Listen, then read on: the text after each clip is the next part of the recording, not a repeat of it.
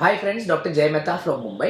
आज के वीडियो में हम autologous stem cell therapy in the ovary 40 और 50 के एज के बीच के विमेन के लिए, okay, in the age group of 40 to 50 years के लिए क्या काम करता है ये हम डिस्कस करेंगे।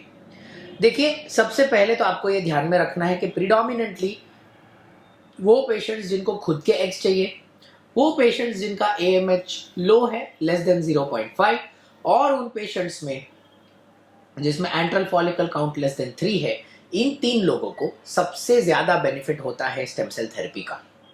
साइमल्टेनियसली आपको बेनिफिट और भी ज्यादा हो सकता है अगर आपका एज लेस देन 40 इयर्स है तो, ओके। इस चीज का सबसे ज्यादा बेनिफिट तब होता है।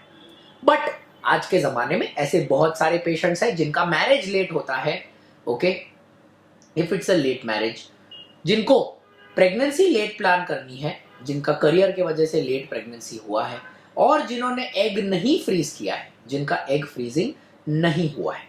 ये 3 कंडीशन में प्रीडोमिनेंटली इस एज ग्रुप के पेशेंट्स को जब खुद का एग चाहिए होता है, तब हमारे पास में वो लोग स्टेम सेल थेरेपी करने के लिए आते हैं।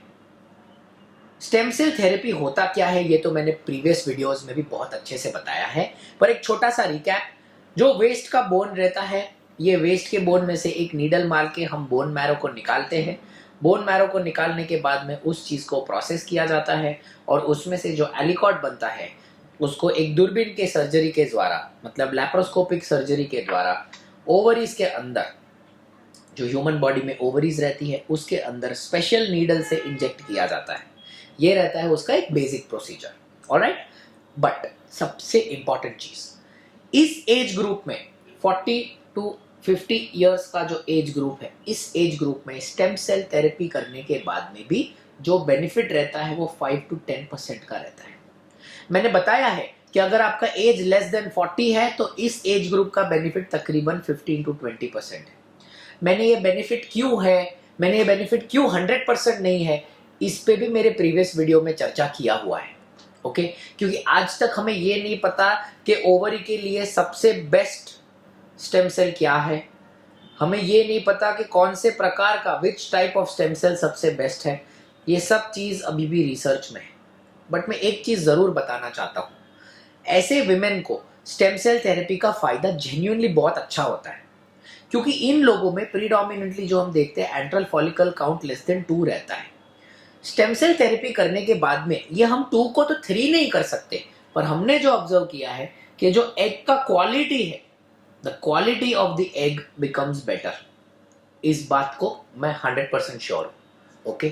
अगर अच्छे क्वालिटी के एग के साथ में फिर हम अगर IVF कर सकते हैं तो इन लोगों को भी खुद के एग के साथ में खुद का बच्चा होने का एक हम चांस दे सकते हैं IVF के साथ में। ये इस उम्र में किया जाने वाला स्टेम सेल थेरेपी का सबसे ज्यादा फायदा है। मैं वापस बताता हूं, इस थेरेपी को अभी भी हम एक एक्सपेरिमेंटल थेरेपी ही मानते हैं। देखिए, मैं काउंसलिंग में बहुत स्ट्रिक्ट हूं, मैं बात करने में बड़ा ब्लंट हूं, इसीलिए मैं सब पेशेंट को बता के रखता हूं कि अगर आपको ये 5 से 10% एक्सेप्टेड है तो ही आप ये थेरेपी कीजिए। इससे आपका एग का क्वांटम नहीं बढ़ेगा, पर इससे आपका एग का क्वालिटी जरूर बढ़ेगा, ओके।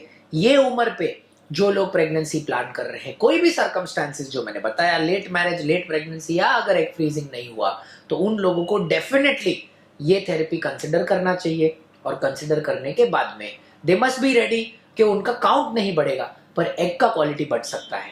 पर इस चीज का फायदा approximately 5 to 10%, okay. I hope between age of 40 to 50 मुझे ज्यादा काउंसल नहीं करना पड़ता, because women are already mature at that age, उनको सब पता रहता है, ओके। आई होप आपको ये वीडियो बेनिफिशियल लगा होगा। If you are looking at this age, further questions आप कमेंट्स में डाल सकते हैं, मैं या मेरे कोई टीम मेंबर्स आपको आंसर करेंगे। Thank you so much. Friends, we are available for consulting in Bombay, Indore, Ahmedabad and Bangalore.